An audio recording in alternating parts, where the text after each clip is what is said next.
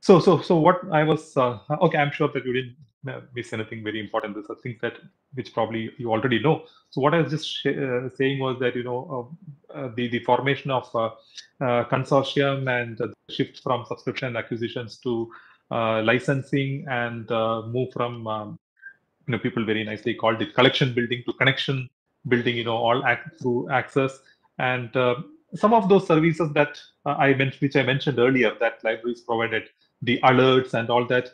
The publishers started offering it.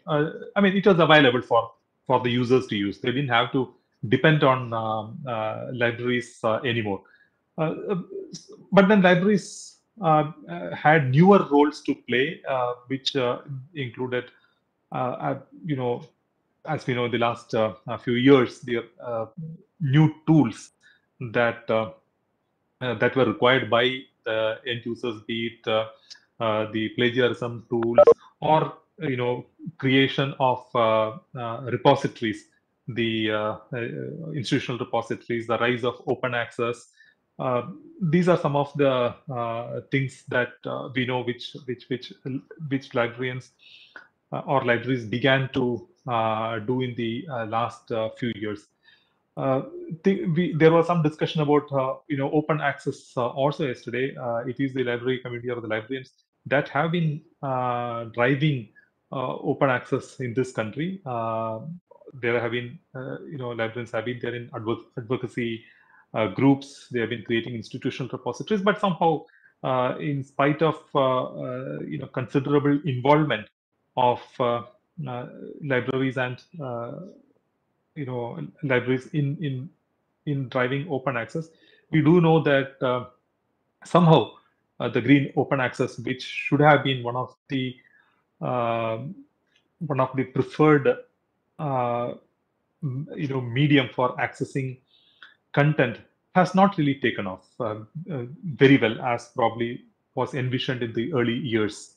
So we are not being able to make great headway into it, and there are different reasons for that. But then the libraries did try to create repositories, and I believe that it was not just the problem of creating repositories that existed, but it was more about populating and maintaining and sustaining the so-called the institutional repositories, which could not actually make a big impact. So these are some of the things that we did.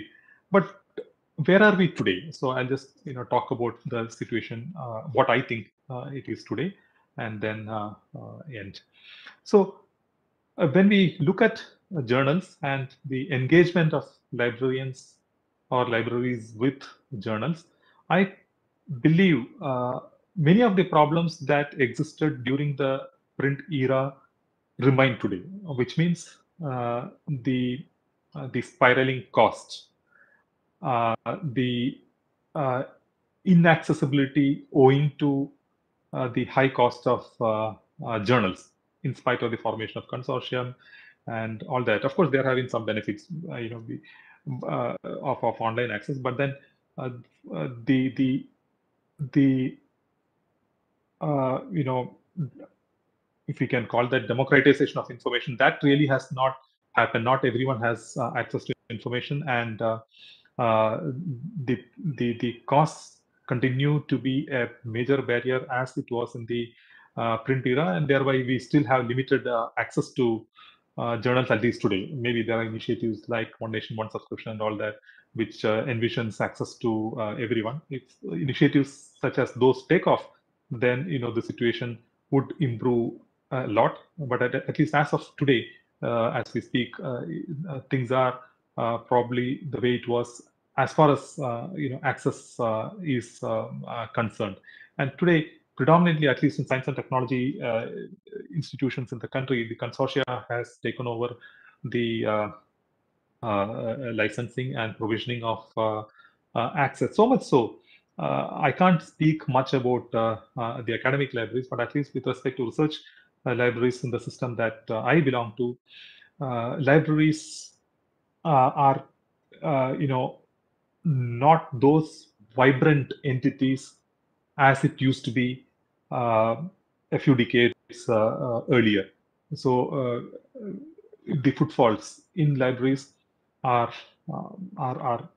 almost non-existent now. Everyone has desktop access, and libraries as spaces are diminishing.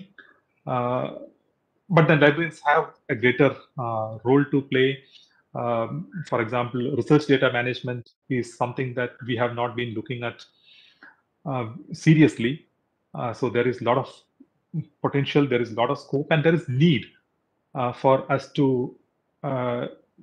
take up this area of research data management, which when we talk about the framework of open science today, research data management is extremely important. So that is probably one area which research libraries can very seriously look at.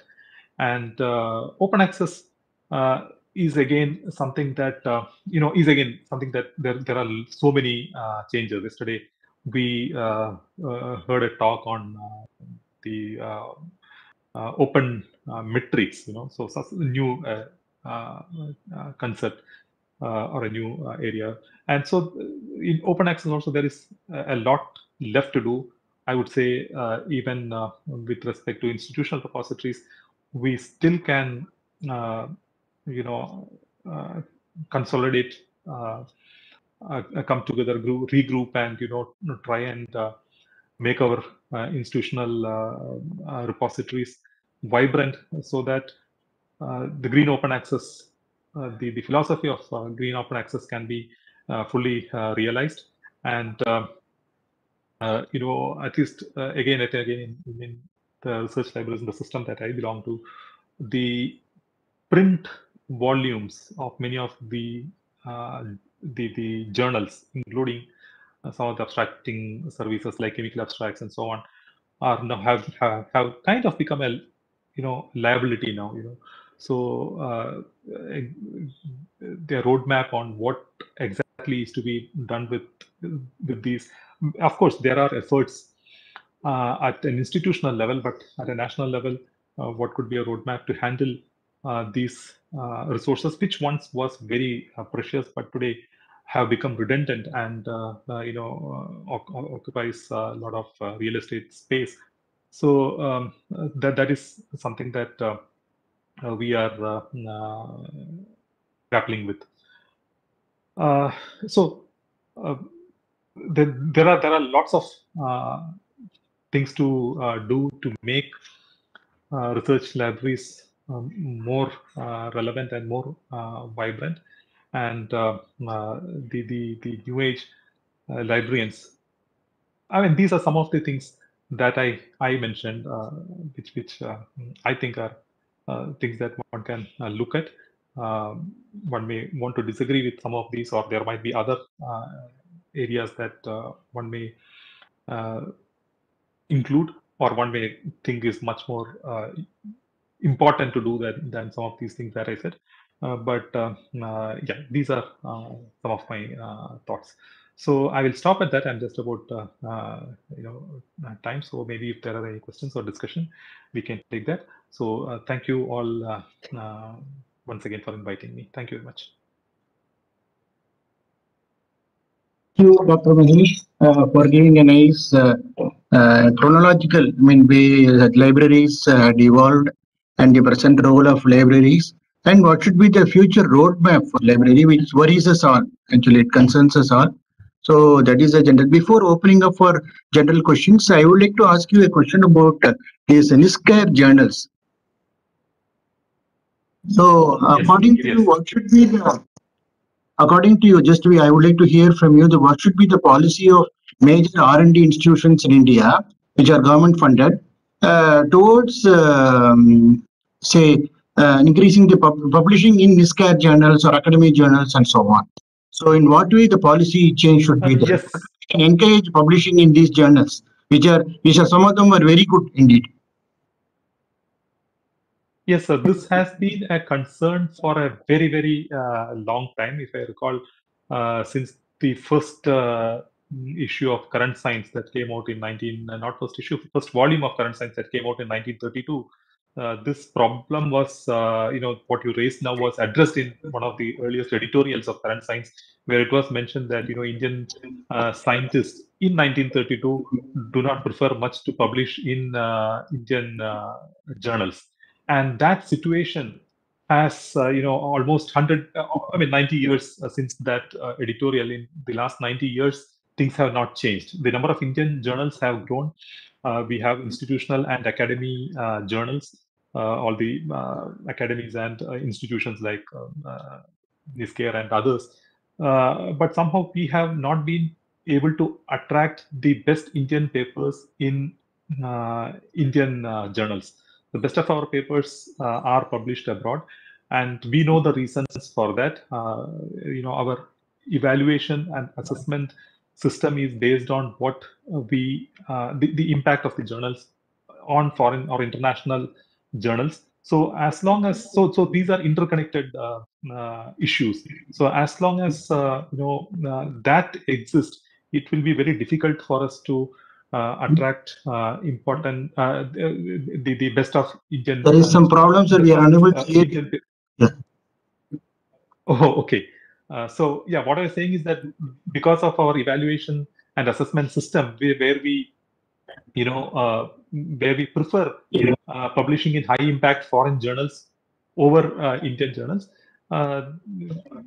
it remains so. So unless there is some change, just about every year, of course, the journal quality has to improve, but at the same time, our evaluation and metric systems also needs a relook on how to make it attractive for the best of Indian researchers and best of Indian papers to be published in. The situation is also urgent because now many of the private people have entered the business, and so it is important to again rethink about this thing. And then we hope that NISCARE proposes something so that we can encourage these academic journals as well as NISCARE journals, which are indeed of very high quality, and we should publish.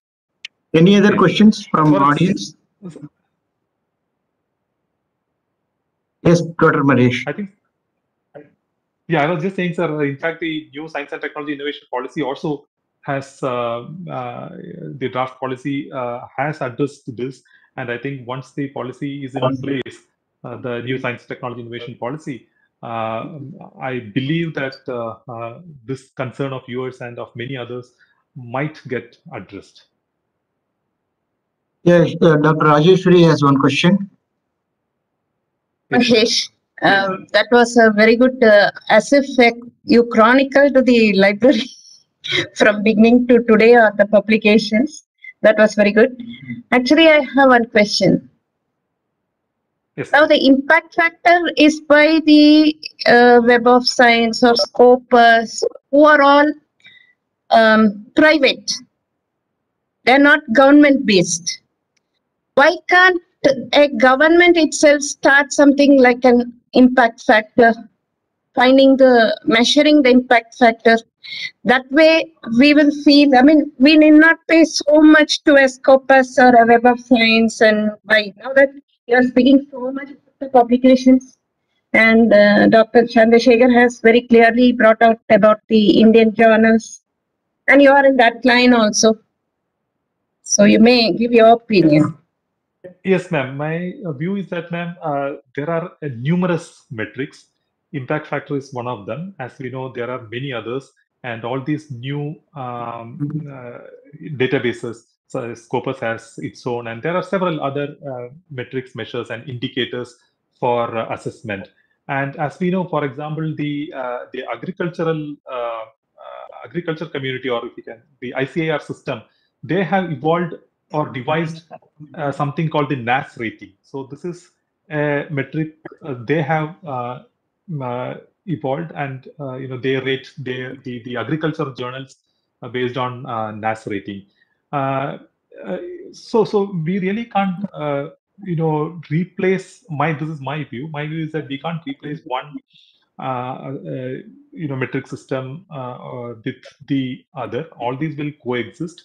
So what perhaps can be done is use a combination of the existing systems, or choose those that are best suited for the purpose. And one metric, the problem is, impact factor is a good metric for evaluation of journals. But when we use impact factor as a proxy for evaluating scientists or institutions, then that becomes a problem. So I guess our problem has been that we have been using the same indicator or same metric all over the place. So something that is meant for one particular evaluation, that is being used for something else. So that is the problem as I see it. So we can create, I mean, people have been doing that, new metrics, modification of existing metrics. So that has been happening. So we need to appropriately use the existing metrics and keep evolving new metrics, maybe composite metrics. Yeah, very good suggestion, Dr. Mahesh. I think yeah, we have to keep evolving and not get stuck to one metrics, which may create a lot of unfairness in the Yes. ground reality. So we once again thank Dr. Mahesh for his